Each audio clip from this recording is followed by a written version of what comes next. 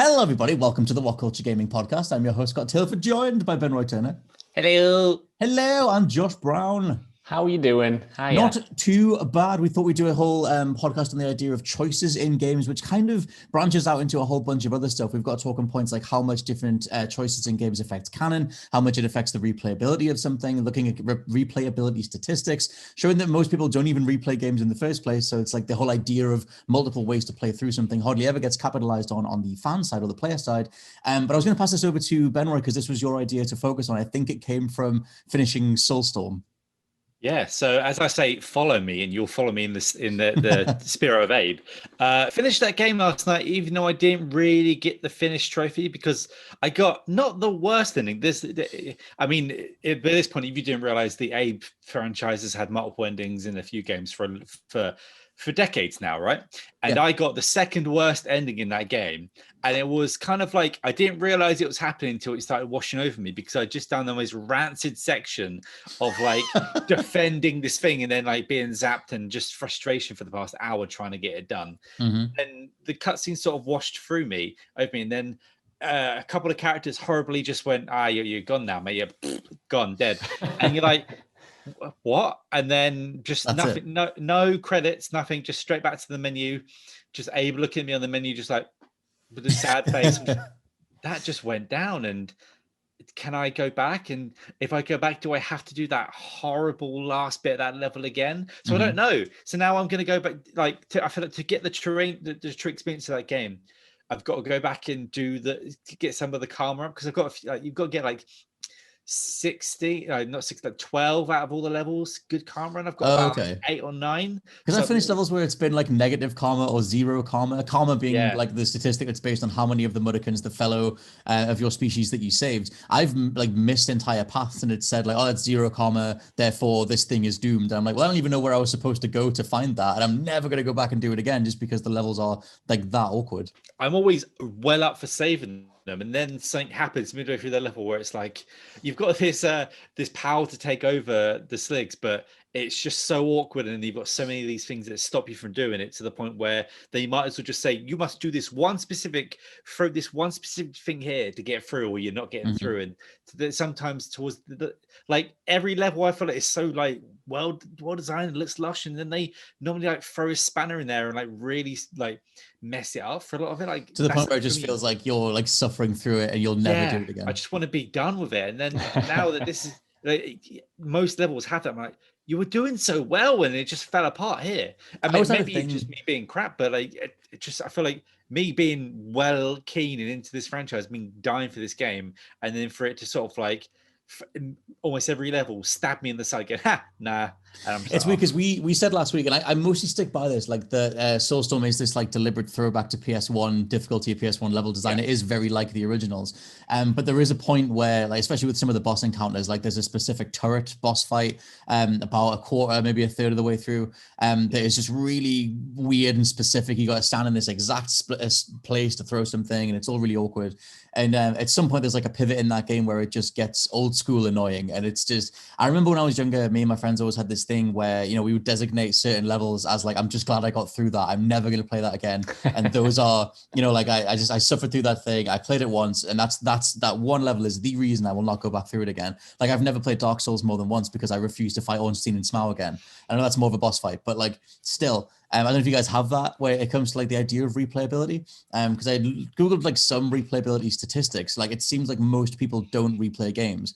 Like even, you know, completion stats on Red Dead 2, GTA 3, Skyrim from PSN profiles showed that their completion is still less than 30% anyway. Like, do you guys think of like, is replayability even like an active thing? Or is it just like get through something and you're done? It used to be when I was younger growing up, you know, and I had fewer games to play. Like I was really well into getting the games that I could replay. So I would gravitate towards things with alternate endings or branching pathways because going through it made me excited. You know, even going through Gears of War 1, where you literally just chose whether you wanted to go on the high ground or the low ground. Like to me, I was like, that's amazing because now I have an excuse to go back through the game and I have something slightly different to see. It didn't add too much, but it was a little bit extra and a bit of an incentive to go back to it. So when, I didn't have another game to play and I just had Gears looking at me, I was like, well, at least there's something new in there for me to experience. And I partly think it's why I played Mass Effect 1 so much. Like, I've talked before about how I bought that game like 8 times because I loved it.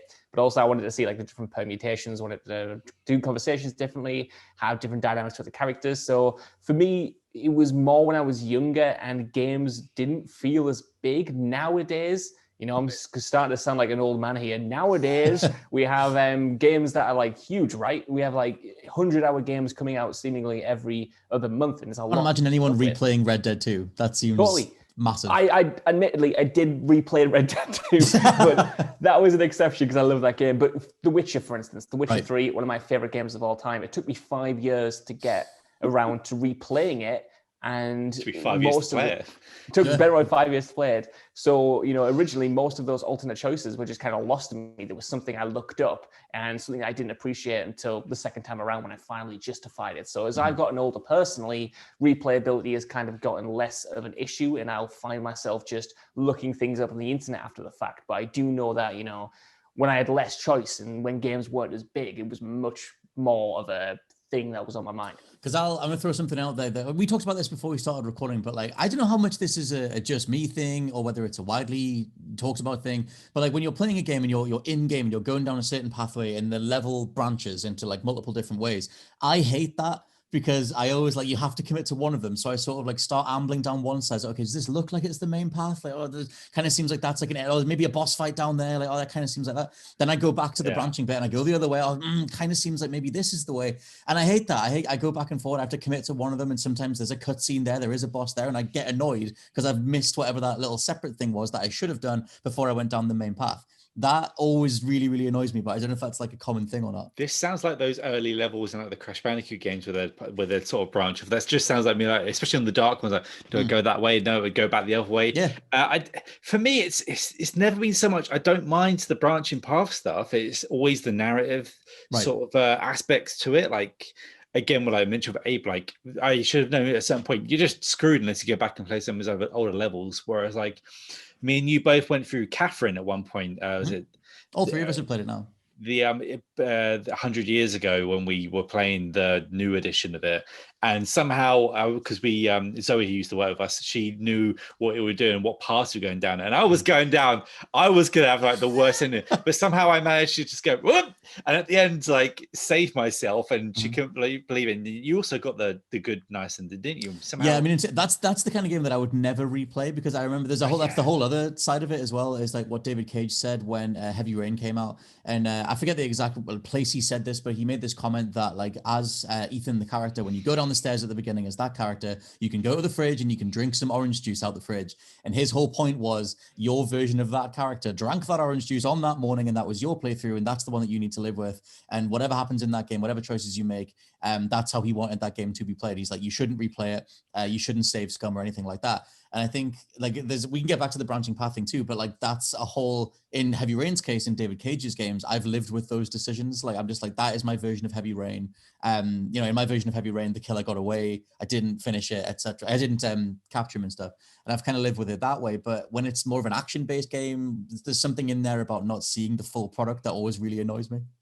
Something like what you just mentioned there about like the whole David Cage thing, that's something that's been on my mind for a while, and I'm really interested to see what you guys think about it, because I remember playing through Telltale's The Walking Dead for the first time, right?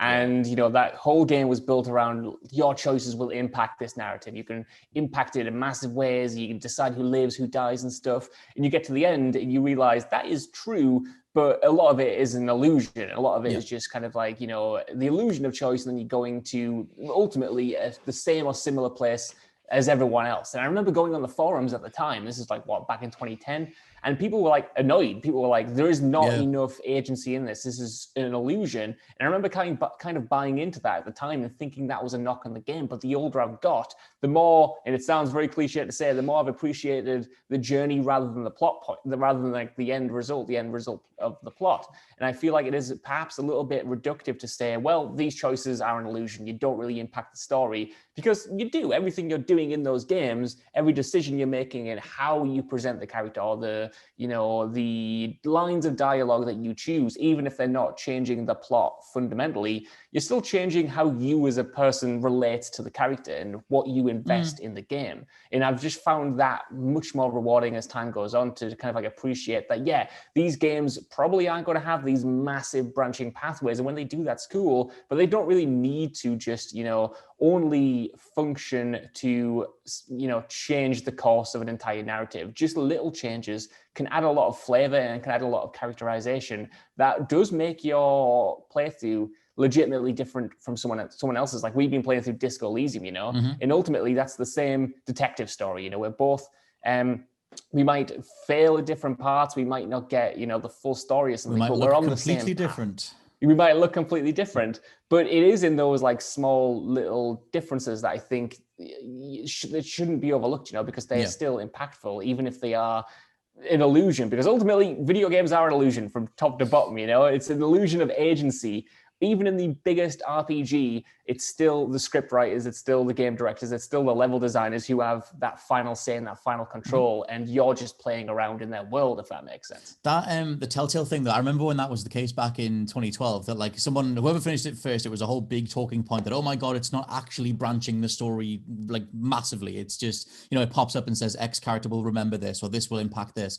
And by the time you got to the end, you realized that we were all served up ostensibly the same ending. I didn't care, and I still don't care, because it was convincing enough where I believed I had agency in that world, and it felt like I still got the full package. I guess it's almost genre dependent. The more I start talking about it, the thing that I was describing before about the multiple pathways, that's literal physical spaces I'm moving down, and I'm cutting one thing off because I'm choosing something else, and it doesn't have that Cagean overlay feel of like these choices are the intentional part.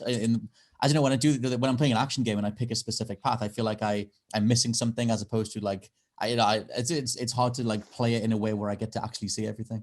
That game was the breaking point for me in that sort of like the illusion of choice, where I really enjoyed that game and everything. But ever since then, I've been like, well, if I can pick if someone lives or dies, they're going to become inconsequential and get less and less right and have less and less to do until they're just going to be murked off anyway. Yeah. So I feel like when it comes to saving people and like, I very specifically, and this is like, say, where you've had to make choices in, like, say, some of the latest Gear stuff or Resident Evil 7, like you can see that they have a one arching path for them. But like with The Walking Dead, with certain characters, when you get to save them, like they're not the A tier with Lee Everett and Clementine Everett, so they're eventually just going to like get more diluted away into the point where they're just in the background, and then to the point where they die anyway. I mean, that's the sort of story of The Walking Dead where a lot of people die, and I get that. But for me, it just sort of like brought it down, like not so, like with Until Dawn to like a lesser extent, like I can't remember her name at the very beginning, who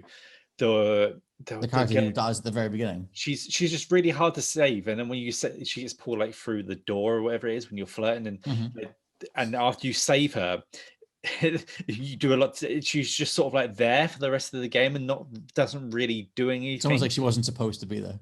Yeah, and then you've got like, say, like Wolfenstein. Like I saved the Scottish guy, so I never got to meet Jimi Hendrix because neither did I. If you save the young guy, then you do this whole thing where Jimi Hendrix is there in that world and playing the guitar and stuff like that, in like in your home or something like that. So Josh Brown, is this a real thing?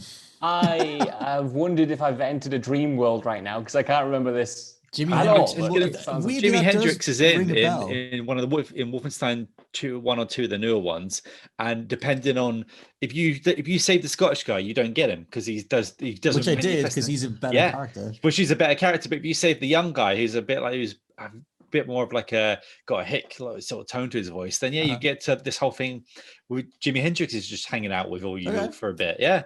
We should spin that out into like talking about canon and the idea of like when you're presented with a choice in a game, because that's the thing at the end of Gears 5, you're picking between Dell or JD or whatever, and in the moment, I don't know if you guys had that same feeling, like I said, where you're sort of second guessing what it's actually gonna do? Like, it's like, well, one of these is going to be canon, one of them's not. And is it going to be the case where the developers are just going to look at the player data and be like, well, I guess this dictates the story or whatever? Because that was weird, because I saved the one who my friend was playing as, which was Dell. Okay. So almost the narrative concerns almost didn't make a first wave over me. And then after the consequences seconds later, I'm like, oh, maybe I'll have a moment to speak to them. And no, they just get put in the bin and everything else around you is collapsing. Like, oh, that was actually a big moment. Marcus, so I was just like, I can't leave Marcus without his son. So it's going to have to be, Dell's going to have to get it. But again, like going forward, they clearly, maybe they have two versions of the future, the rest of that story. If my friend wasn't playing, if I was playing alone, I probably would have saved.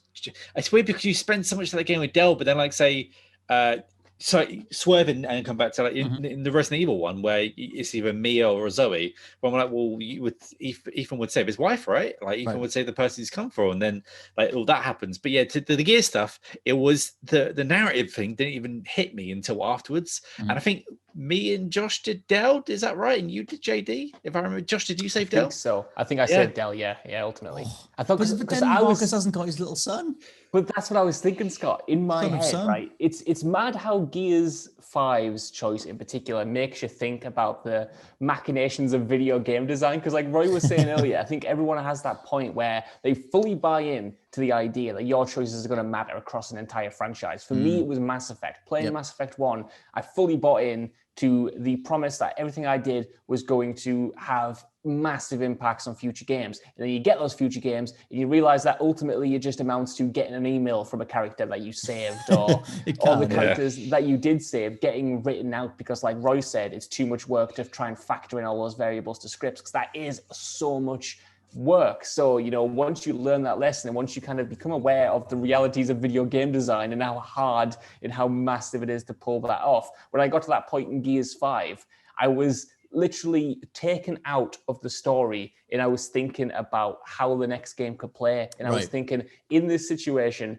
if I save Dell, I was like, I love Dell as a character as well. Like Roy said, we've spent a lot of time with him during that game, but also I can maybe set up a future storyline where Marcus has to deal with the death of his son. And I was like, that's quite interesting dramatically. Maybe that will pay off. So I was almost thinking like I was a writer or like I was a game designer on a potential Gear 6 and thinking about what the juiciest result would be. But then also in the back of my mind, I was also thinking they're either going to have to make one of these canon or they're going to have to write around it in a way in Gear 6 where they give whoever survives a minimized role. Yeah. And that's kind of like what I was wondering. I'm pretty sure when we did our podcast on it, as soon as we all finished it, that's what I said then. I was like, I worry about Gear 6 now because I genuinely love the story of Gears 5 and how it invested me in these characters that I couldn't give a crap about in Gears 4, but suddenly was really interested in. And now I'm like, have they put this choice in there and now will it write them into, circles going forward? I think they're safe with that choice specifically because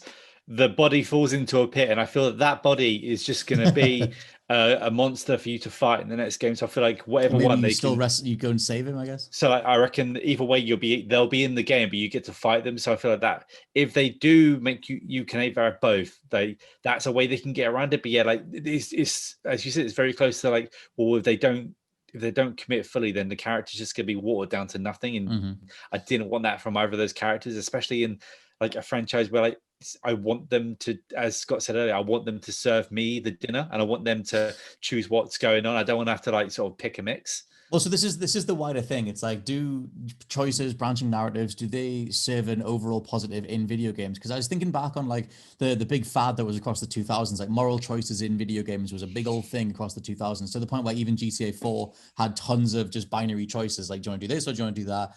And obviously quick time events kind of went alongside it. And like, are you gonna push the button in time to save the character, or is this thing gonna happen? And I feel like, all that stuff's kind of like played itself out. So like, that's the crux of it for me, is like, I want a artist, a creative or whatever to serve me a specific story, a certain set of mechanics or whatever. And depending on genre, that comes through with different degrees of confidence or different degrees of execution. Like if it's, like I said, if it's an action game and it's multiple corridors, then I'm just going to do an awkward stumble around until I figure out where I'm quote unquote supposed to go. But if the actual intent is David Cage and the intent is to give you 20 different things and what do you like Disco Elysium, then it's like, well, how do you mold this character? Then all of that is the intent and it doesn't feel as awkward. But I don't know if that's a weird internal battle that only I'm doing every time I play one of these games.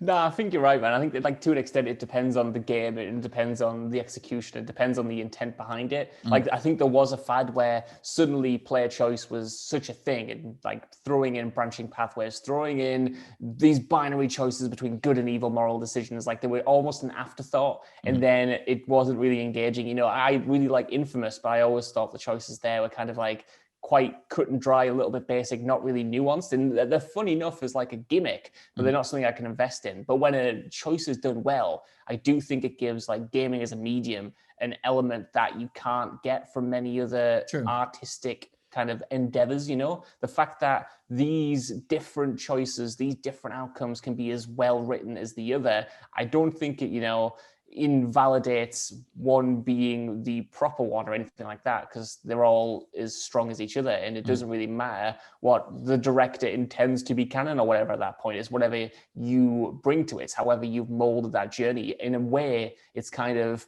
as much yours as it is, you know, the developers who have crafted it, because you've put so much of yourself into it, you've pushed it in a certain direction. Of course, they're the overall architects, but at the same time, I think that is just as valuable as, you know, a Naughty Dog game where it's like, this is the narrative, you can't change it, here you go. You know, I think that's why like Last of Us was so impactful, because they forced you to kill the, or like you've at least, you have to kill the head surgeon in Last of Us 1. You can spare the other two if you want, but the fact that they forced you into that mold, like that helped make Last of Us's story get infinitely more elevated than GTA 4 story, for example. But then, like, say where I feel like the choice does work is like Ghost of Tsushima, where you make that character your own, and then like towards the end, I won't say the choice, but I really liked the idea of that choice, and what am I going to do with that certain character that have had a complicated relationship with, and there's one choice that I made that's the game I'd like to see, and the other one, like, I wouldn't be as interested in the narrative, I went down that way. But whereas like that was a choice that's so interesting, I think, because maybe it's the first game, and because it has that open world malaise where you become that character and you're going around chasing foxes and all that. But I don't know, what do you two think about that choice compared to the other ones? Like, kind of like the Gears one, because it's like oh god, as an actual choice, like as an actual way that game I was ended, more into it. I was more into choosing in that world than I was into Gears. I wanted to choose for me in Gears. Right. The way that Tsushima wraps up for me gave me all the same feelings as The Last of Us 2, where I was that invested in that entire world, story, character, like everything. So I was just like, oh my god, this is heart wrenching.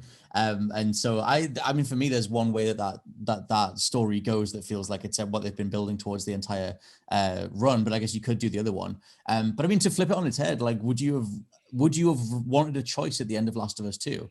Like, to me, neither. Based on how much I like Last of Us 1, but it's like, do you think that story would have gone down totally differently if you had the choice to spare Abby at the end or kill Abby at the end? I think like The Last of Us and The Last of Us 2 are good arguments for why certain things do need to be authored and taken away out of the player's control to like be put on a story. Because, you know, the first one, especially when you kill that surgeon, like you said, it's so impactful because you think you're going to get a choice because this is video games, and surely you have control of this character. Surely this character is an extension of you. And then Naughty Dog confirms that, no, this character's Joel. You've just been, you know, you just had the luxury of being in his shoes for 12 hours or whatever, and he's going to do it, and he's going to make you do it, you know. But at the same time, I do agree with Benroy at the end of Ghost of Tsushima. I thought that choice was so effective, and I remember like it happening and having to put my phone down and just like racking my controller down, actually putting my controller down, picking up my phone to, you know, have a bit of a research to be like, what have other people done? Like, what should I do? Like, what's going on in the moment? I had to, because I was that taken back by it that I couldn't commit to it. I was genuinely too anxious about it, that I was scared. I needed to know, like, I needed a bit of comfort blanket. I needed to like almost go to like a support group and be like, what did you do? What did you do? Talk me through this decision. Because I thought it was like that powerful to the point where, it still would have been a great ending if it railroaded you down one over the other. But the fact that, you know, it gave you that choice in that moment, I think it's just, you know, having confidence in either the story you've written or having confidence in the mechanics of games and how to make game stories unique, to make your own judgment call. You know, The Last of Us would have been worse if you had a choice at the end. Ghost of Tsushima might have been worse if you didn't have the choice, you know? So I think Tsushima's it's a always perfect- case by case. Yeah, Tsushima's a perfect middle ground because I am glad that that choice was there. It's just that one of them made thematic sense as a through line, I felt, than like the other one. And especially if we're talking about canon or sequels and stuff like that, then it's like, it'll sort of make sense if we're going to be doing like continuing that story forward. But also there was one thing I was going to like posit in the middle of all this stuff as well, is like, how much do you guys save scum when it comes to like, oh my God, that thing went wrong. Let me reload. Let me try that again. Because I didn't do any of that in Disco Elysium until towards the end when some big old things started happening. And I was like, oh, that's an insane thing. Let me just reload and have that conversation again and see if I can steer that in a different direction. Let me just tell you that I do not play XCOM or any game like that without making sure everyone survives the entire time and we've all had 100 battles together and everyone's fine. I am not losing anyone at that point. Which apparently is not, some of the purists would say that's not the way to play. Not necessarily me, but I can see it. I'll block them and then I never hear it again. But like for me, I can't like have the idea of them working someone up, and I form little narratives in my head, and you can give them their names, you can give them appearances, and for me, like, yeah, for an XCOM at least, anyway, I'm not so sure. Like I haven't played Disco yet, but like I can't have anyone die, and they're gonna have to stay around to the end, I'm afraid. Right, Josh, do you indulge in a bit of the old save scumming?